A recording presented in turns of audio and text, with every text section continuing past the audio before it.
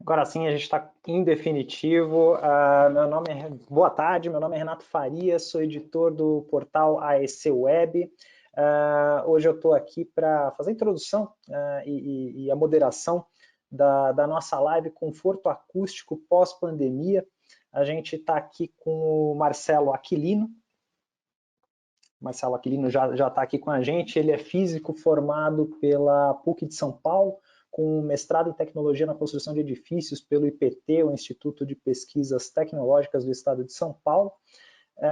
Ele também atualmente é pesquisador do IPT vinculado ao Laboratório de Conforto Ambiental da instituição e tem experiência de 32 anos na área de acústica e térmica. Ele é professor lá do curso de mestrado do IPT. Esse evento é uma realização do portal AEC Web, com co-realização do IPT, o Instituto de Pesquisas Tecnológicas do Estado de São Paulo, com o apoio da COSA Consultoria de Comunicação. Boa tarde, Marcelo, tudo bem? Boa tarde, tudo bem? É um prazer estar aqui com vocês. Obrigado, Marcelo. Só uma rápida introdução, contextualização, por que a gente está fazendo essa live hoje, que na verdade a questão do conforto acústico, como a gente tem visto aí em diversas outras lives que o portal AEC Web tem feito, o meio técnico está discutindo, é uma questão que surgiu nesse momento de pandemia, com as preocupações relativas ao home office, né? Principalmente as pessoas indo trabalhar em casa, elas começaram a sentir mais algumas questões relativas ao ambiente construído, né? Ao conforto ambiental, de onde elas começaram a passar a maior parte do tempo indo trabalhar em casa, naturalmente, né? E hoje a gente vai trazer um pouquinho dessa discussão com o Marcelo Aquilino, que é especialista lá no IPT, no Laboratório de Conforto Ambiental, e ele vai fazer aqui uma rápida apresentação aqui para a gente, e lá no final a gente vai abrir para a pergunta do público. Então a gente vai ter logo que eu terminar aqui, passar a palavra para o Marcelo, ele vai fazer uma rápida apresentação que ele preparou aqui para a gente, e no final a gente vai abrir para perguntas do público, as perguntas que vocês mandarem para a gente aqui pelo chat. Então a gente tem, para vocês que estão assistindo no computador, do lado direito tem o painel de perguntas, alguns de vocês já se comunicaram com a gente por meio do painel de perguntas.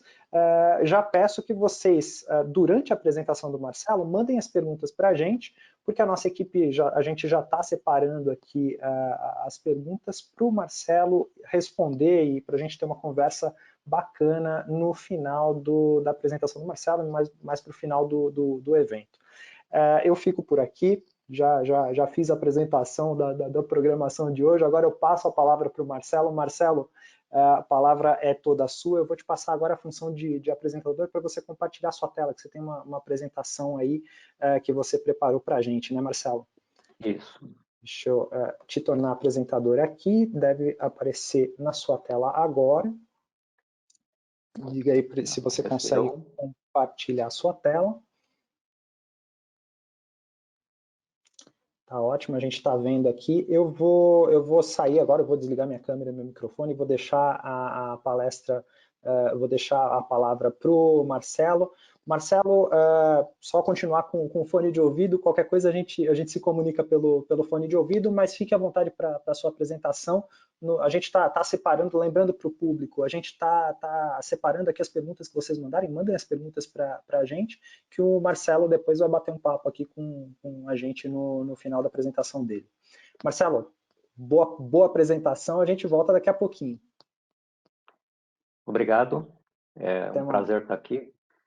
Gostaria de agradecer mais uma vez ao AEC Web, essa realização, essa oportunidade da gente estar falando um pouco aqui de acústica com vocês. E eu preparei uma apresentação mais ou menos breve, para que a gente tenha tempo também para discutir no final. Nessa apresentação,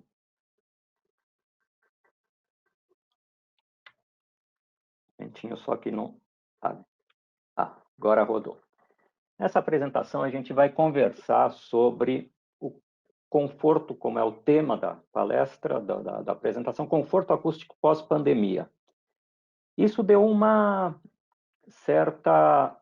Foi um pouco difícil até de falar sobre isso, porque quando eu comecei a elaborar aí a apresentação, começaram a surgir algumas dúvidas, né? Mas comecei a pensar um pouco mais sobre o assunto e vem a seguinte questão: quando será o período pós-pandemia? Nós ainda temos muitas indefinições. Nós estamos no meio desse processo, né? Que é um marco, acho que nunca teve uma crise assim nos últimos tempos. E aí vamos falar então um pouquinho sobre pós-pandemia. Quem que vai nos dizer o que vai ser a pós-pandemia? É a epidemiologia. A epidemiologia que estuda, né? Fala sobre a população, estudo sobre as populações. E no estudo sobre as populações, abordando a questão de doenças e suas causas. A epidemiologia, ela se originou há mais de 2000 anos lá com Hipócrates, e só que só em 2008 nós tivemos uma definição melhor do que a epidemiologia aborda, que é a ocorrência e distribuição de estados ou eventos de doenças na população, em populações específicas, incluindo o estudo dos seus determinantes e como controlar esses problemas. O que isso tem a ver com acústica? Tem muito a ver com Covid. Covid é uma doença pandêmica. Nós ainda não temos informações consistentes sobre o futuro.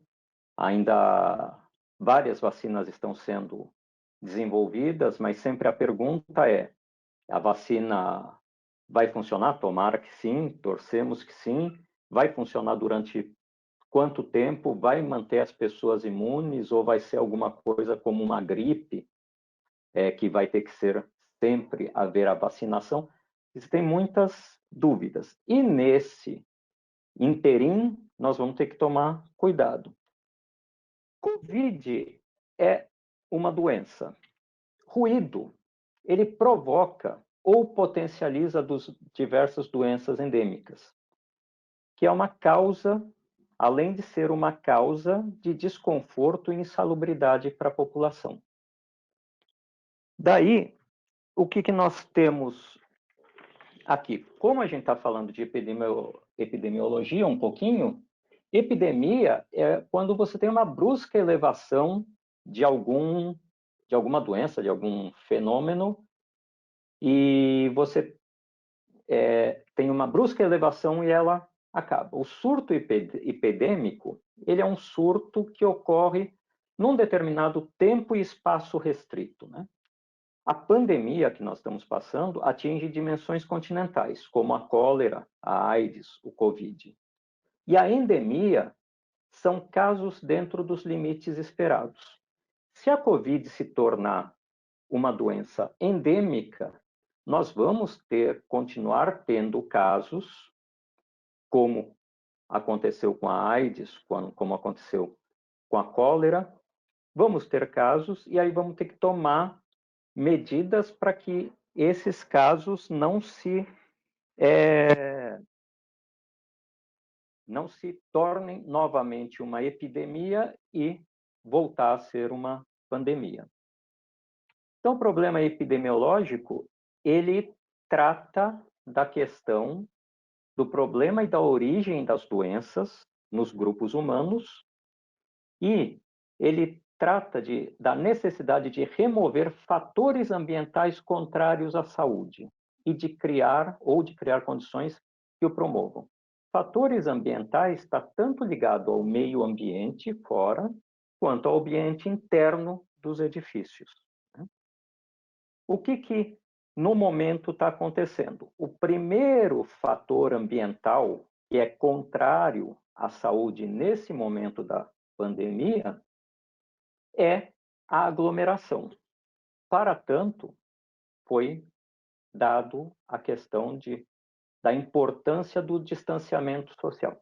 Importante citar, distanciamento social, não isolamento social, né? Se manter as condições de higiene bem em foco e manter um distanciamento social.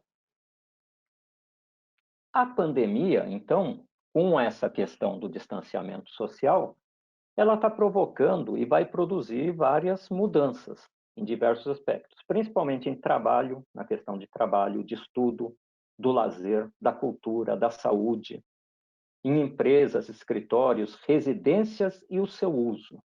Então, isso é importante. A residência passou a ser muito o campo dessas atividades, tanto de trabalho, tanto de estudo, tanto de lazer, cultura, saúde, viraram empresas, tudo.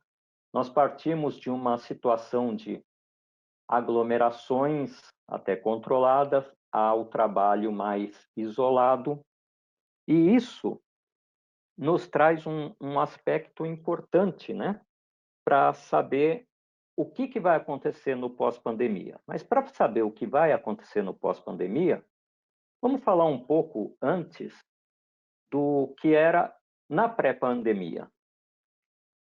Então, para falar agora da pós-pandemia, vamos ver como era o período pré-pandemia.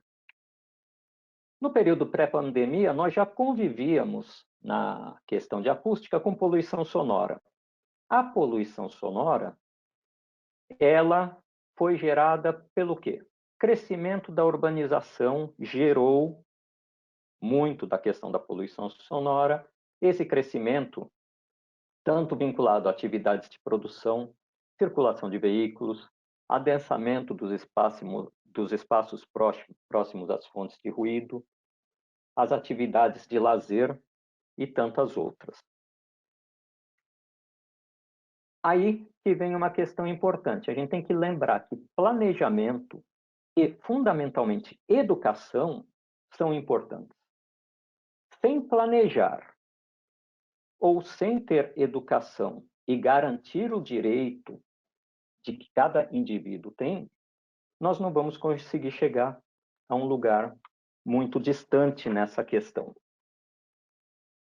Então, aí, o que aconteceu com a pandemia? A pandemia não mudou as leis da física. Elas continuam, as leis físicas continuam as mesmas, né? Então, o que é? O som continua sendo uma sensação produzida no sistema auditivo, que é resultante de vibrações de moléculas do ar que se propagam em estruturas vibrantes. E o ruído, que é o nosso grande perturbador, é o som que é indesejado. Tanto o ruído, né, e o som, todos são sons, todos são propagação de vibrações nas moléculas. Mas a gente tem que garantir que o ruído seja eliminado e fique só o som com harmonia, o som agradável, o som que não te faça mal. E o que caracteriza o som? O som, tanto o som quanto o ruído, é caracterizado por duas grandezas.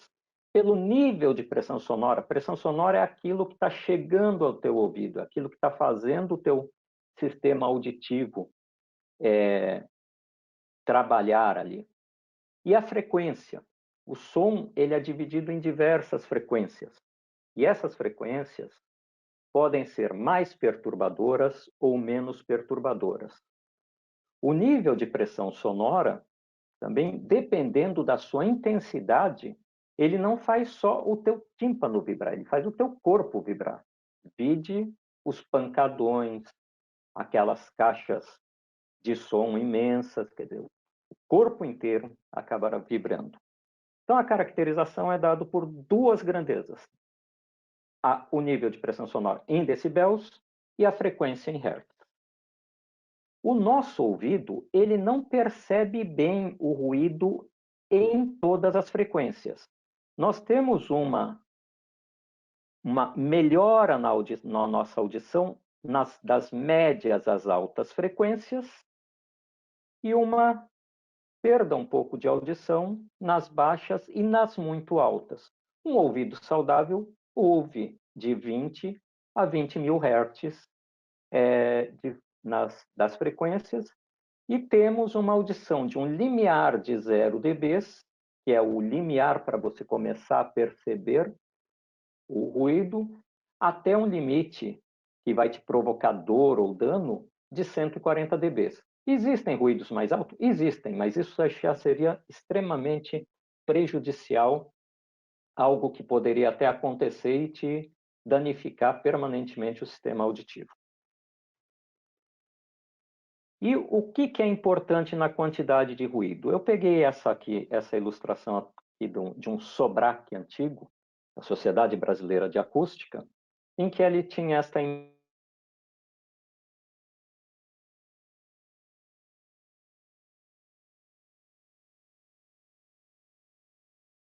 nós não ouvimos ou percebemos que o nosso corpo não está sentindo. No momento em que nós dormirmos, o nosso cérebro continua ligado.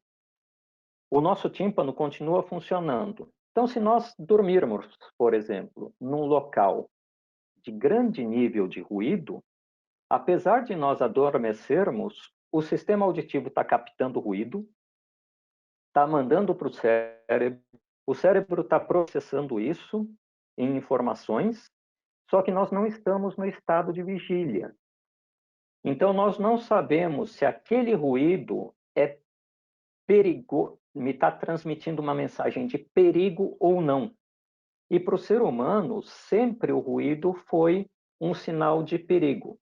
Rugido de animais, desmoronamentos, avalanches, trovoadas, raios, esse tipo de coisa sempre trouxe para o ser humano uma questão de alerta sobre perigo. Então, no momento em que nós estamos dormindo num ambiente ruidoso, o nosso organismo está o tempo todo falando perigo, perigo, perigo. Quando tem perigo, o que o organismo produz? Hormônios, como, por exemplo, aquele hormônio para te deixar forte, para você conseguir correr, para você conseguir reagir. Então, essa criação excessiva de hormônios, ela pode vir a prejudicar, ela pode não, ela vai prejudicar o teu organismo durante o tempo. Então, já existem diversos estudos epidemiológicos que associam várias doenças, como, por exemplo, doenças cardiovasculares, diabetes, o estresse, uma série de outras doenças associada à exposição do ruído. Então, é importante você ter ambientes controlados e com baixo nível de ruído. Então, a quantidade de ruído, ela é o nível de ruído adequado à função, à finalidade do ambiente. Se for um ambiente de dormir, tem que ser silencioso.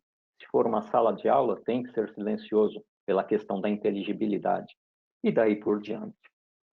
A qualidade do ruído e a quantidade do ruído vai afetar tremendamente a questão não só física, mas a questão psicológica. Muitas pessoas, depois... Uma coisa que vocês nunca devem fazer, nunca alerte uma pessoa sobre um ruído quando você vai na casa dela, por exemplo, a não ser que não seja um ruído que seja perigoso. Porque no momento em que a pessoa perceber aquele ruído, ela nunca mais vai esquecê-lo. Então, isso é uma questão importante em acústica. Depois que você percebe o ruído, mesmo que ele não seja tão prejudicial, você não esquece mais dele e ele começa a te afetar psicologicamente. E ele afeta a inteligibilidade. Em ambientes muito barulhentos, muito reverberantes, você tem um baixo nível de entendimento da fala, principalmente, né? Dado isso, o que aconteceria, o que acontecia antes e o que vem acontecendo durante o período da pandemia? Continuamos tendo a poluição sonora pelas mesmas questões citadas anteriormente, né? Aumento de atividades, tudo. Houve uma redução por causa do afastamento social, houve uma redução no ruído de tráfego, uma redução no ruído de pessoas e tudo mais, mas nós estamos retomando agora. Então, houve no início um decréscimo. Agora, o que aconteceu nos dias iniciais da pandemia, o que vem acontecendo nesse período, muitos experimentaram silêncio. Em muitas regiões da cidade, houve realmente uma experiência de uma redução drástica de ruído, principalmente pela questão do ruído de veículos. Outros experimentaram barulho. Quer dizer, as nossas cidades elas são muito diferentes em diversas áreas, né? Então, muitos, por não poder se locomover muito, começaram a gerar o ruído nas suas regiões, nas suas comunidades. Tudo. Então, enquanto alguns presenciaram, experimentaram uma redução de ruído, outros experimentaram um aumento desse ruído. E muitos não sentiram diferença dependendo de onde estavam localizados. Então, como eu já havia falado anteriormente, uma das maiores fontes de ruído nas cidades é o ruído de tráfego de veículos. Então, se nós reduzirmos o ruído de tráfego de veículos, nós vamos melhorar a qualidade acústica da cidade. Agora, é por isso que foi notável no período da pandemia que apareciam aquelas cidades totalmente vazias, ruas vazias, e aí foram medir o ruído nesses locais e o ruído deu 45 dB, 38 dB, 40 e poucos dB, enquanto que o ruído normalmente é 65, 68, 70, 80. Quando eu falo em números em decibéis, é bom ter em mente o seguinte: a cada 3 dB de diferença, eu tenho a equivalência do dobro da energia.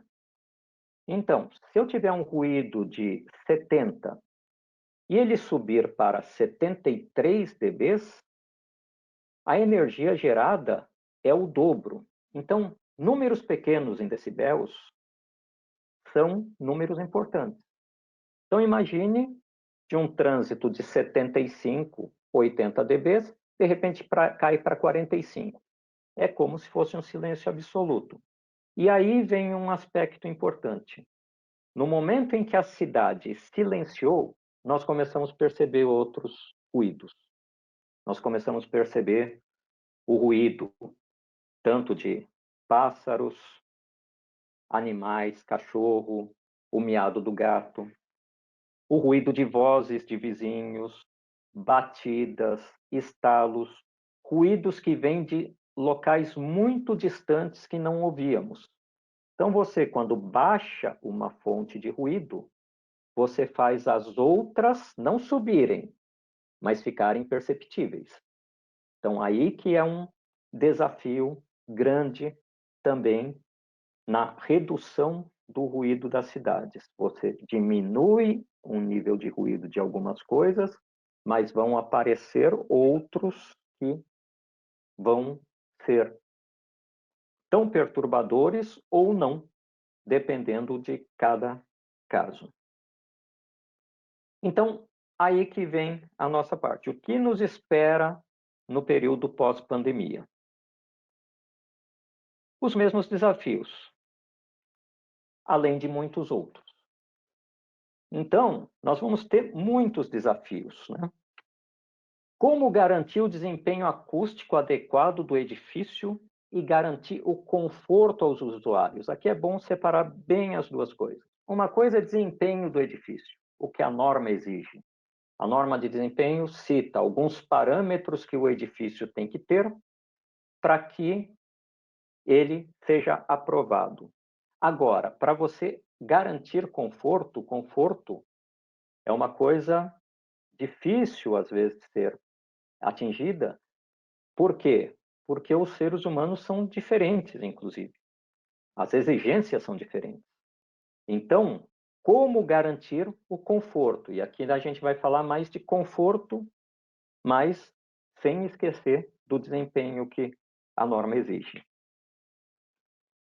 Nós temos 3 normas importantes aqui no Brasil, que é a NBR 15575, que é a norma de desempenho de edifícios, a norma 10151, que estabelece o nível de pressão sonora em áreas habitadas, e a norma 10152, os níveis de pressão sonora nos ambientes internos. Então, uma que trata do edifício habitacional, uma que trata do ruído ambiental e uma que trata do ruído interno dos edifícios. Por outro lado, nós temos a questão de a incomodidade sonora, ela não é abordada diretamente nas normas. Só que existe a Política Nacional do Meio Ambiente, que é a Lei 6.938, que ela estabelece poluição sonora como a degradação da qualidade ambiental. Ela determina poluição. Poluição sonora está incluída nesta lei. Então, a poluição sonora é a degradação da qualidade ambiental resultante de atividades que direta ou indiretamente prejudiquem a saúde, segurança, bem-estar, além de criar condições adversas a atividades sociais e econômicas. E quem é o poluidor? O poluidor é a pessoa física ou jurídica, de direito público ou privado, que é responsável direta ou indiretamente por atividade causadora de degradação. Então, aqui entra muito pesadamente o que a lei tem que prever. E aí, para ver a questão de incomodidade, o que acontece, vamos aqui pensar o que as normas e as leis estabelecem e o que os usuários percebem. As normas estabelecem limites, isolação sonora de paredes, de fachadas, números que a gente tem que atender. As leis estabelecem o direito ao sossego.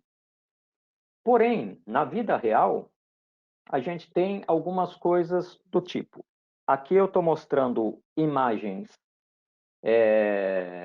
retiradas da internet, não exatamente do que medimos, mas aqui as medições que fizemos.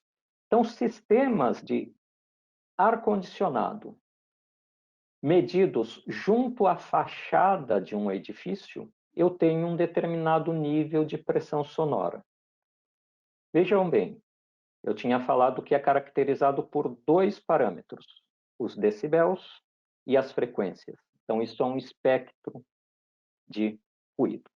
Isto é a fachada exposta a um nível de um sistema de ar-condicionado que pode estar direto a ela. Aqui é o nível de ruído de uma fábrica na fachada de uma edificação também.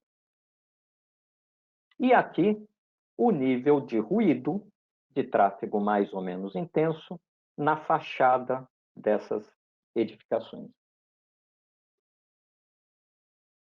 Deste lado aqui, nós temos a isolação sonora de uma fachada de uma casa térrea, por exemplo. Olhem esse espectro em relação a esses outros espectros. Ele é muito menor aqui. O que isso mostra? Que, apesar desta edificação, e vamos colocar mais uma aqui, e esta edificação, isto é uma casa térrea, isso é um prédio de apartamentos. Apesar dessas 2 edificações atenderem aos critérios da norma, se essas edificações estiverem expostas a estes níveis de ruído, nós atenderemos a norma, mas nós estaremos com um nível de incomodidade dentro do edifício. Então, essa é uma coisa importante. Aqui nós temos níveis de isolação de 20 dB, 25 dB, mais ou menos, E aqui níveis de ruído de 65. Então, está passando ruído, está passando além do que a parede suporta isolar. E estes pontos aqui, que eu estou traçando com o mouse aqui agora, são pontos de ruídos muito bem definidos, que eles causam perturbação. Isso pode se tornar um nível de incomodidade muito grande. São ruídos tonais, ruídos impulsivos. Então, esses ruídos, as fachadas não conseguem isolar totalmente. Em geral, a percepção do som, nós temos, quando um ruído altera um valor de 1 dB, mais ou menos, em geral, ele é imperceptível, essa variação. Quando ele varia 3 dBs, que é o limiar da percepção da maioria da população, apesar de haver um dobro da energia, nós notamos que aconteceu alguma coisa, mas a gente não tem a sensação de dobro. O nosso ouvido vai perceber, vai ter uma sensação de dobrar o ruído quando aumentou 10 vezes, 10 dBs, quer dizer. Quando aumentou 10 dBs, nós temos aqui um aumento de energia muito grande, quadruplica a energia.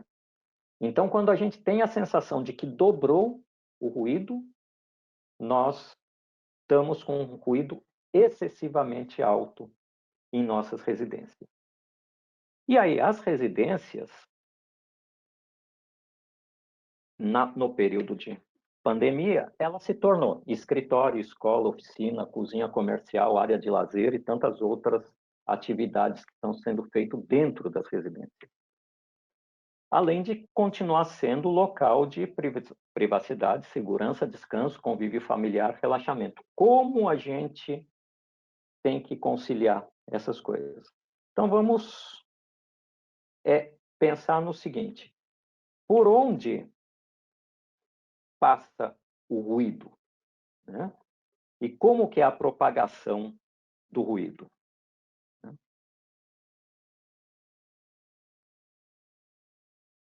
O ruído, nós enxergamos ele normalmente em livros, em teoria, nas normas, como uma onda aqui, que ela varia no tempo e ela atinge uma determinada distância.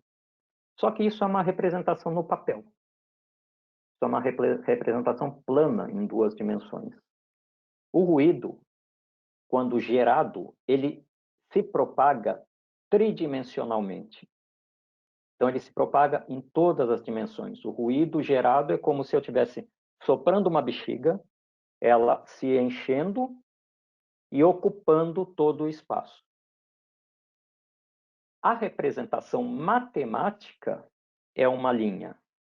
O que acontece fisicamente é tridimensional, só que eu diria ainda que é quadridimensional, porque ela está acontecendo no espaço e durando conforme o tempo de emissão desse ruído. Então, ele vai na distância e varia no tempo. Então, ele tem uma propagação como uma onda, mas em todas as dimensões. E por onde passa o ruído? O ruído numa edificação, ele passa saindo de sua janela ou porta e entrando pela outra janela ou porta. Ele passa pelas paredes, ele passa pelo teto e entra pelo outro lado. Então, existe várias formas de transmissão do ruído. Isso, o ruído aéreo, porque também nós temos o ruído de impacto. E o ruído de impacto, no momento em que você impacta o chão aqui, o ruído está sendo transmitido para a edificação abaixo, tanto diretamente como por transmissão marginal. E também pode se transmitir para a edificação de cima. Então, o ruído de impacto é uma das coisas mais difíceis de serem identificadas e solucionadas em edifícios. Essas ilustrações aqui é da Cristina Ikeda, que deu a palestra do ASC Web aqui na semana passada, junto com o Adriano, que trabalha lá com a gente no laboratório de conforto. Então, quais são as possibilidades que a gente tem para melhorar a qualidade acústica? É isolar o ruído, não deixar que o ruído ultrapasse as barreiras, tanto o ruído que eu estou gerando dentro do meu ambiente, que não perturbe o outro, assim como o ruído de fora não perturbar o nosso ambiente. E ajustar a qualidade acústica do ambiente, ajustar o tempo de reverberação do ambiente com absorção sonora, controlando a absorção sonora. Como que a gente pode fazer isso? Calculando, medindo a isolação sonora. A isolação sonora é um som incidente vai chegar no anteparo, parte vai ser absorvido, parte vai ser refletido, a menor quantidade transmitido. E um absorvedor sonoro, o som incidente, boa parte é absorvido, boa parte é transmitido e quase nada ou nada retorna ao ambiente. Essa é a diferença de isolação e absorção sonora. Como medir essas coisas? Medições em laboratório, nós podemos quantificar essas grandezas. Medições em campo, nós podemos medir em campo o que está acontecendo. Só que medir em laboratório, eu estou medindo o componente.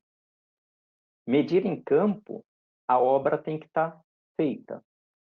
Então, quais são as soluções que a gente tem para garantir que o que eu testei em laboratório, aplicado no campo, funcione bem?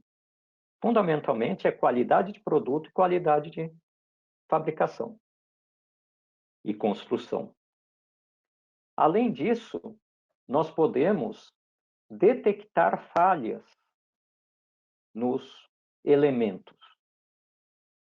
Só que para não chegar neste ponto de detecção de falhas ou ter que esperar o edifício estar pronto, vem a questão de simulações. Nós podemos simular o ruído e avaliar o que é necessário para que a edificação tenha condições de desempenho e conforto adequadas.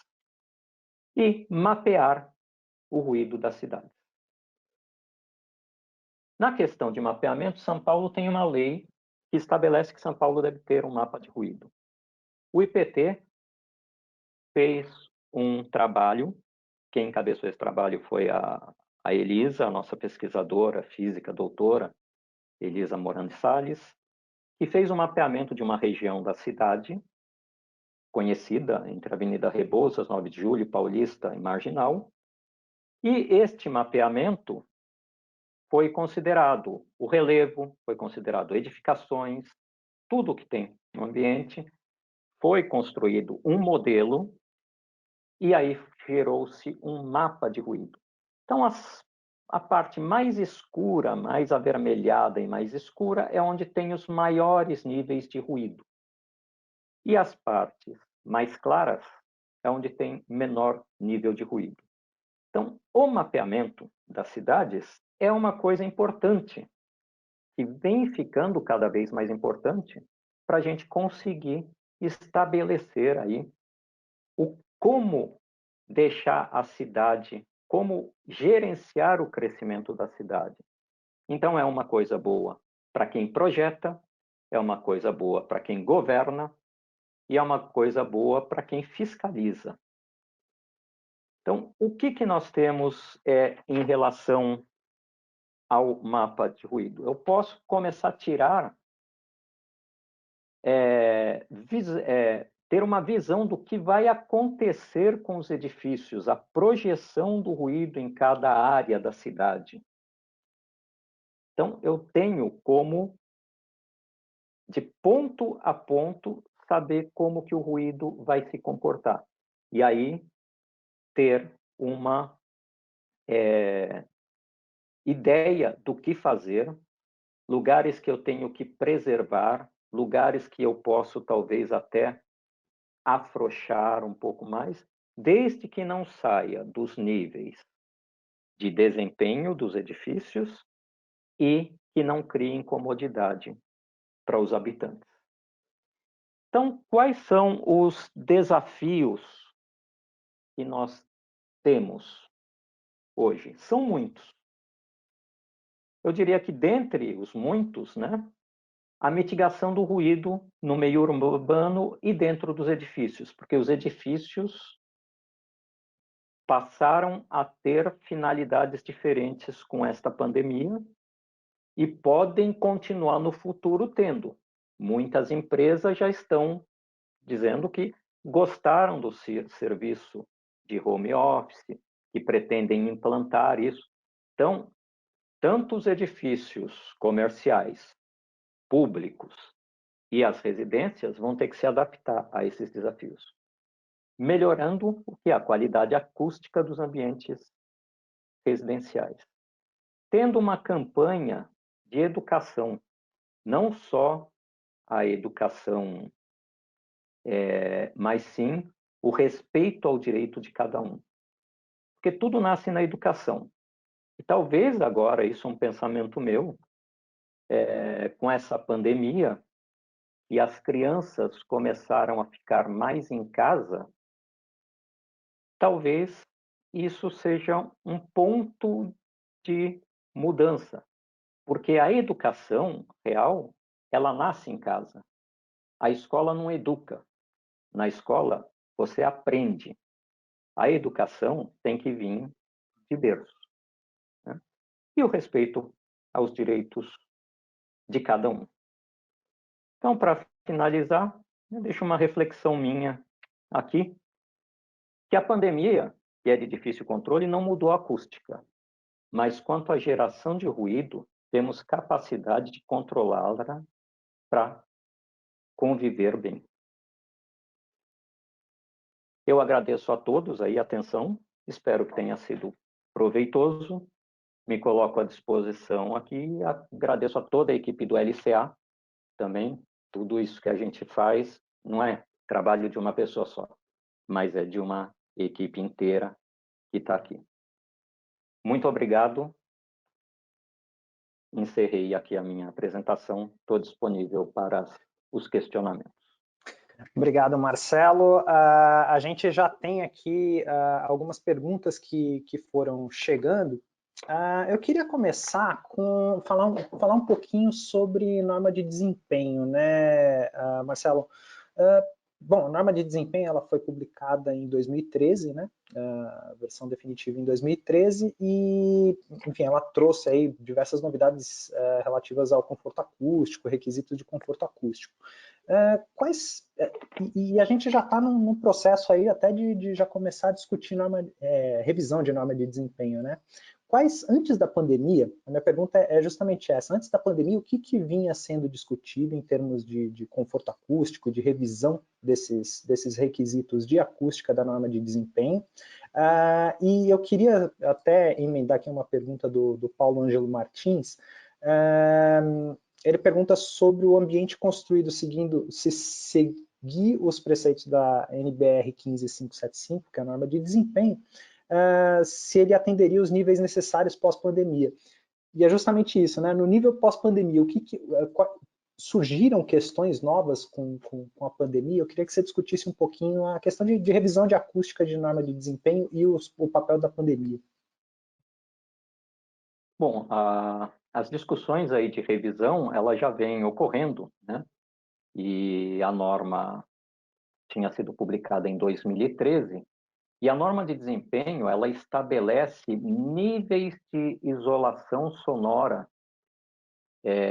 de paredes divisórias entre unidades, entre pisos, né? Entre unidades de piso, e o nível de ruído que permitido na fachada, né? A isolação sonora de fachada. Então, ela estabelece só níveis de ruído que devem ser atendidas para que uma determinada quantidade de decibéis não ultrapasse aquele elemento. ela não estabelece, logicamente, esses números foram inicialmente validados, né, tratados com relação aos níveis de conforto acústico da norma 10.152, estabelecidos os níveis de conforto.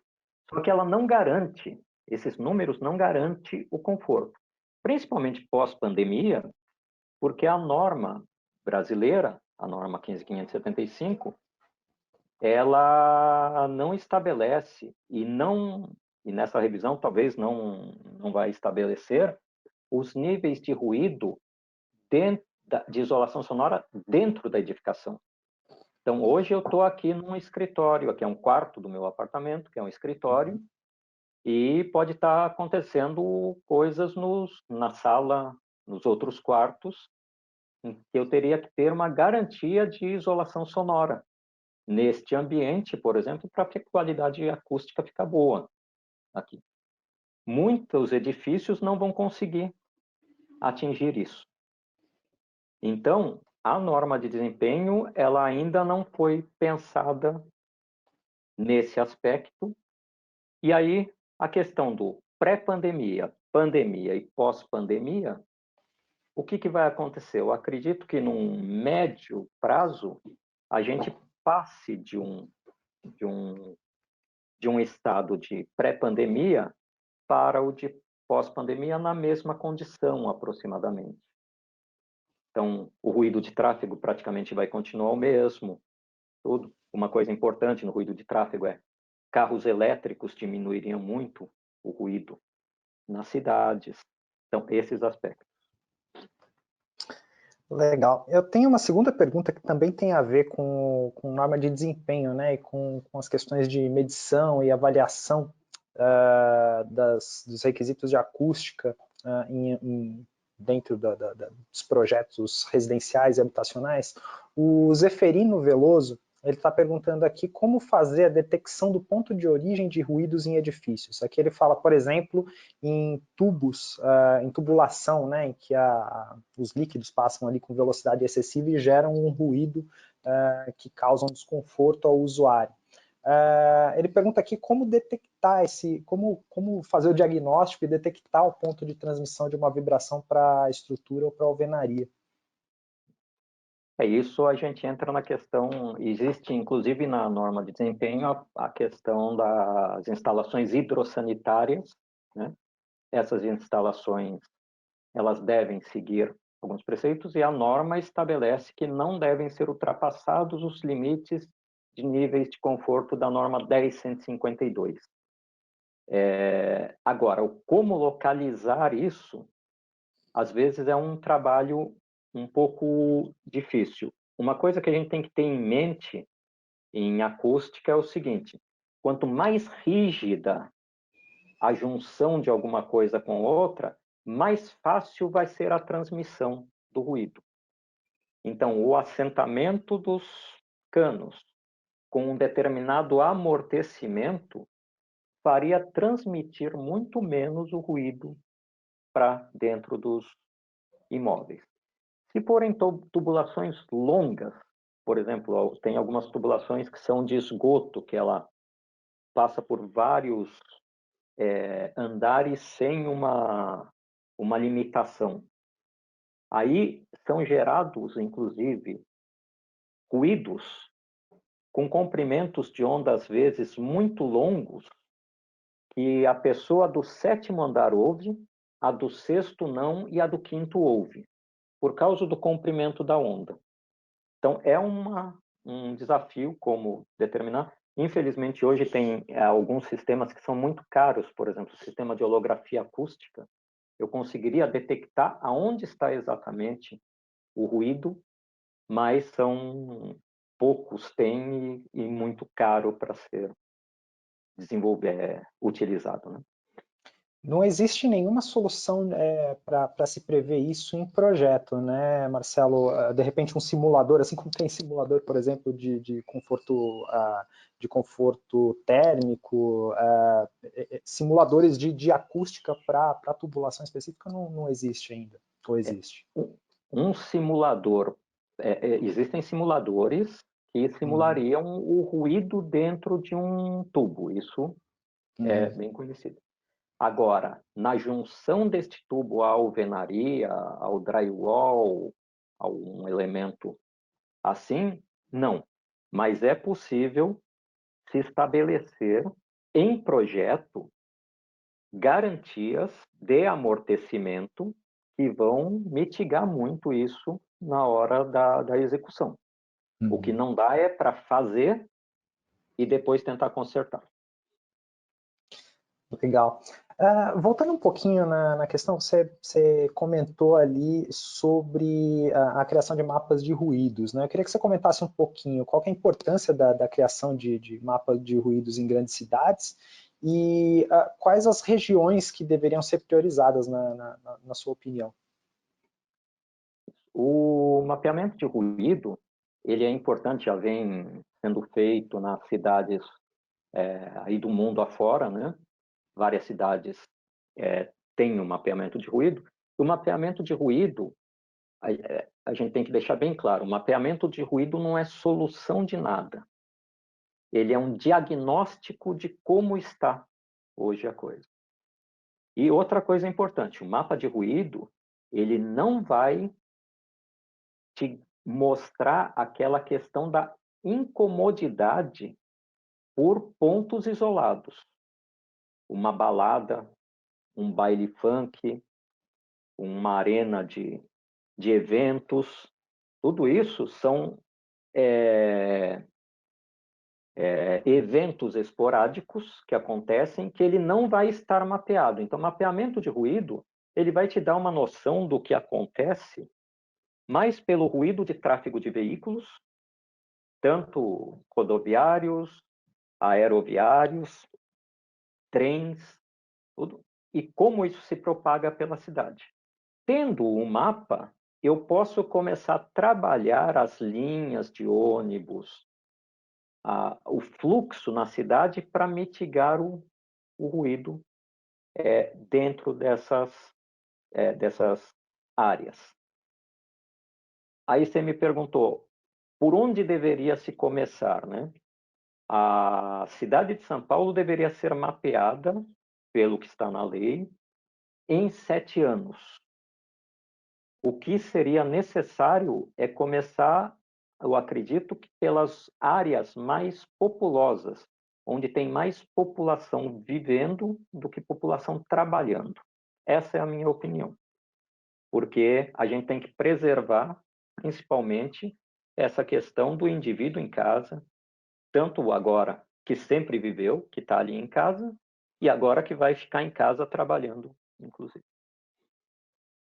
Vou aproveitar uma pergunta que aproveitar o comentário que você fez sobre a população que está trabalhando agora em casa, pergunta do Eric Cosa, dizendo que é provável, uma constatação que é provável que mesmo depois da pandemia uma parcela significativa aí da população continue a trabalhar em casa.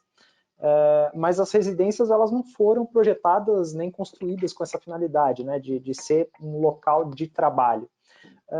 E muitas pessoas já pensam em intervenções, né? Já pensam em fazer, bom, como que eu vou fazer aqui uma reforma aqui no meu espaço de trabalho para poder ter um pouco mais de conforto, para poder desenvolver o meu trabalho um pouco melhor. A pergunta dele é justamente essa, quais seriam sugestões de intervenções que sejam economicamente viáveis, que os moradores possam fazer em habitações já existentes, né, em termos de conforto acústico. O que pode ser feito numa reforma, por exemplo, para melhorar um pouquinho as questões de conforto acústico para a pessoa trabalhar em casa? Para você mexer na questão do conforto acústico, são aqueles 2 parâmetros que eu tinha mostrado. É isolar o ruído, quer dizer, é não deixar o ruído de fora entrar, nem o ruído que você está gerando sair. Quer dizer, melhorar a questão de isolação. E melhorar a qualidade interna do ambiente. Então, quando eu entro num cômodo vazio, eu tenho aquele que a gente chama de eco, é um excesso de reverberação. Esse excesso de reverberação, ele é ruim, acusticamente, ele não é confortável acusticamente. Então, absorvedores dentro do ambiente ajudam. Tapetes, painéis, quadros, tomar sempre cuidado com a questão do tapete, porque aí vem outros aspectos, né? Limpeza, rinite e todas as outras coisas. Então, um ambiente, em geral, mobiliado, ele não vai ter tanto este problema de reverberação. Agora, o desafio é a isolação, porque existe uma regra básica: por onde passa ar, passa som. Então, se eu tenho que eliminar o som que está vindo da rua, eu tenho que fechar a janela. Fechando a janela, o meu ambiente vai esquentar. No momento em que o meu ambiente esquenta, eu vou ter que ventilar. Aí, eu vou ter que abrir a janela de novo, ou colocar um ar-condicionado, que vai me gerar também ruído, que vai me gastar energia, que vai criar um microclima fora, tanto gasto. Então, esta adaptação inicial vai ser difícil das edificações que foram projetadas para, em geral, para dormir, né? Que você chega à noite, a janela já está fechada, você dorme com a janela fechada, vai embora para o trabalho de manhã. Então você vive na sua edificação muito dela sempre fechada. Quando abrir ela, nós vamos ter vários problemas de adaptação que vai ter que ser estudado caso a caso. Não tem uma receita geral para tudo. Porque nós temos que ter em mente também, né? A gente está falando de edifícios. Este apartamento que eu estou tem 110 metros quadrados, que é bem razoável, mas nós estamos falando em apartamentos de 46 metros quadrados, seriados, que vão ser de difícil adaptação para essa nova realidade nossa, né? Sim.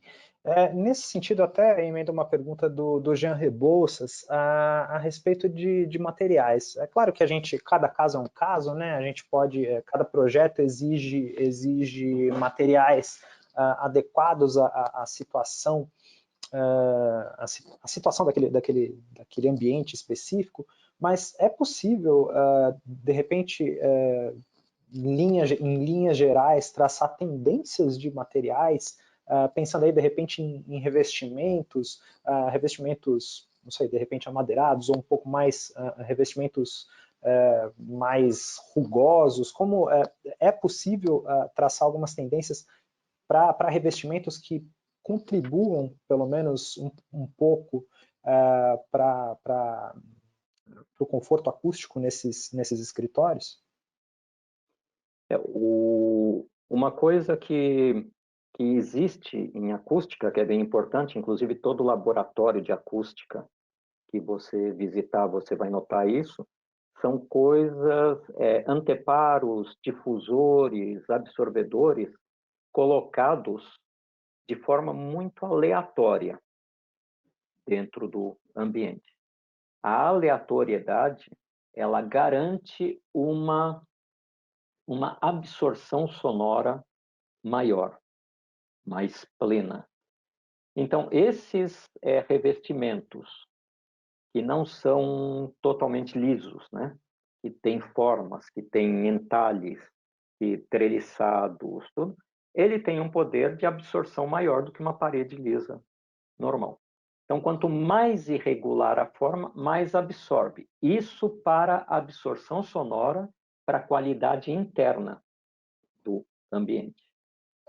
Um material desse colocado do lado de fora, desde que seja resistente, ele pode melhorar um pouco a questão de fora do ambiente, porque ele não vai refletir direcionalmente o ruído, ele vai difundir o ruído, melhorando a qualidade de fora. Mas um absorvedor acústico, ele colocado fora da edificação, ele não vai contribuir muito com a isolação sonora daquela fachada, daquela parede. O ponto-chave em fachadas são portas e janelas. Legal.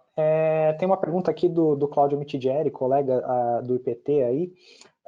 Ele pergunta sobre revisão de norma de desempenho, se não seria interessante ter um critério de isolação sonora entre ambientes de uma mesma unidade. Ele explica aqui que existe um nível mínimo obrigatório, mais 2 níveis informativos, que são o intermediário e superior. Se não seria o caso, de repente, de já se adotar um nível intermediário depois de 5 anos de exigibilidade da norma de desempenho. Então, falando aí um pouquinho de isolação sonora entre ambientes de uma mesma unidade. Isso é o ideal, é o que deveria realmente acontecer, porque já antes já era um problema essa privacidade dentro dos ambientes de uma edificação. Agora, com o pós-pandemia, é fundamental que exista-se um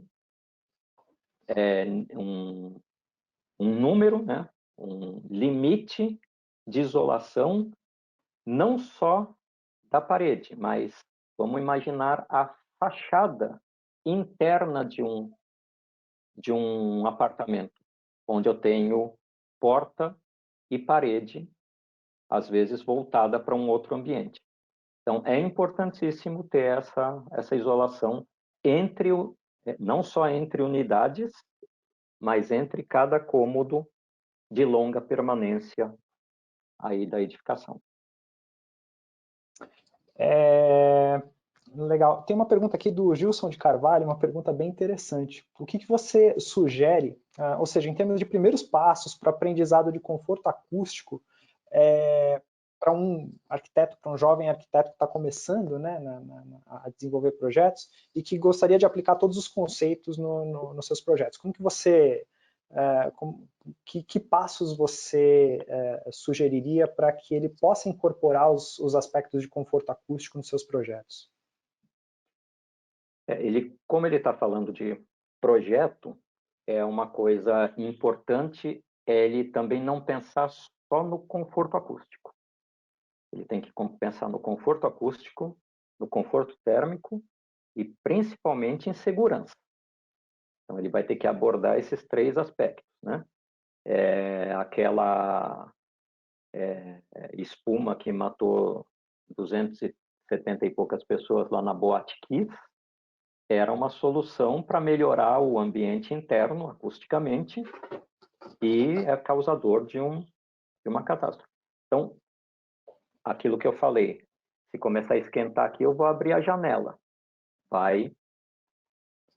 O conforto acústico vai estar prejudicado por uma questão térmica. Então, o projeto tem que ser avaliado como um todo.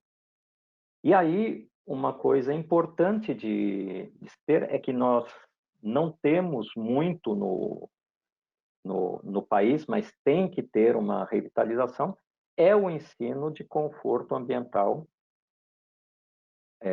em todas as escolas de arquitetura.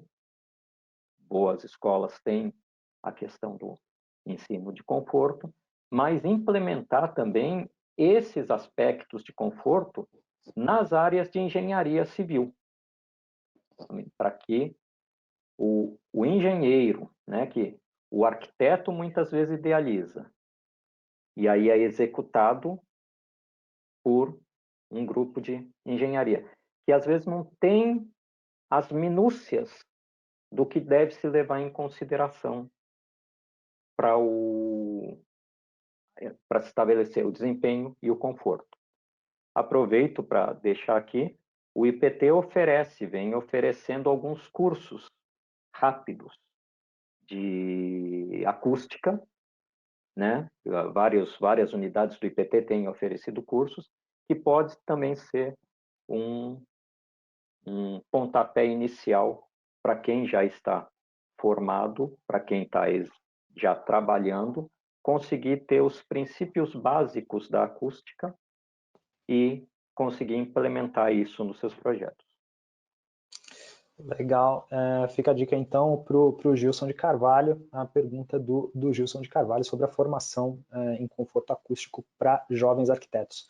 A gente está com o tempo bastante avançado aqui, então eu vou para a última pergunta da Luciana Brandão. Tem um pouco a ver com a nossa uma resposta que você deu agora há pouco, mas também com a nossa discussão a respeito do mapa de ruído, né? Em alguns casos, você falou que não dá para identificar, por exemplo, casos pontuais de uma balada ou de um baile funk, mas em alguns casos, alguns bairros, eles têm uma natureza, uma vocação mais boêmia. Então tem bares próximos, tem muitos bares próximos, tem uma geração de ruído que é conhecida, que é da natureza daquele bairro, que é da natureza comercial daquele bairro. Ela, sabendo disso, tendo isso em consideração, ela pergunta quais possíveis soluções de projeto, como soluções para isolamento de ruído de pessoas falando, por exemplo, num bar ou na calçada, para um edifício residencial. Esse é um dos problemas de maior reclamação aí que a gente tem na cidade, né? Como eu falei que na pandemia, quando o ruído dos automóveis diminuíram, nós começamos a ouvir outros ruídos. Nesses lugares boêmios, quando a cidade se acalma, aí vem aquele ruído sendo propagado, então a gente tem uma percepção daquele ruído muito maior do que se fosse durante o dia. Então, fachadas acústicas para esses lugares são fundamentais. Mas eu iria um pouquinho além disso. Com o mapeamento de ruído, você tem o mapa de ruído, você pode, depois do mapa feito, imputar nele fontes fixas de ruído. Então, por exemplo, eu posso imputar uma linha que seria uma linha de bares numa rua, que estão gerando um determinado ruído, e ver como ele se propaga. E aí, a ideia do mapa de ruído é que ele seja até uma plataforma do SPC, daquela plataforma dos mapas de São Paulo. E aí, eu poderia analisar caso a caso. Uma vez que eu determine que naquela região sempre existe um nível de ruído alto, eu posso colocar sistemas de fiscalização ativos.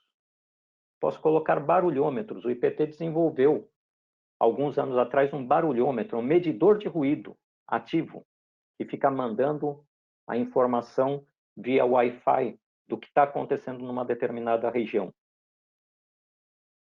Colocando-se dispositivos ao momento em que o nível de ruído ultrapassar um certo limite, acione a fiscalização. Porque nós não vamos conseguir nada sem educação, sem legislação, sem fiscalização. A fiscalização é fundamental. Então fachada acústica, janelas acústicas, fechamento, para você não ter essa questão de ouvir vozes, mas também a questão de atuar na fonte, mitigar o ruído na fonte, com sistemas inteligentes de fiscalização. Legal. Marcelo, a gente já está com o tempo avançado aqui. Mais uma vez, eu queria agradecer, Marcelo, em nome do portal AEC Web, pela sua participação, pela nossa conversa gostosa aqui hoje sobre conforto acústico pós-pandemia. A gente tem muitas perguntas, a gente não conseguiu responder todas, depois a gente pode até encaminhar algumas dessas perguntas, se for possível responder, a gente encaminha depois essas perguntas para você. E queria mais uma vez agradecer a sua participação aqui, Marcelo. Eu que agradeço mais uma vez o convite à AEC Web, a você, Renato, a Fernanda, ao Felipe, a Vitória, aí, que participaram, a toda a equipe, e estou à disposição para qualquer coisa.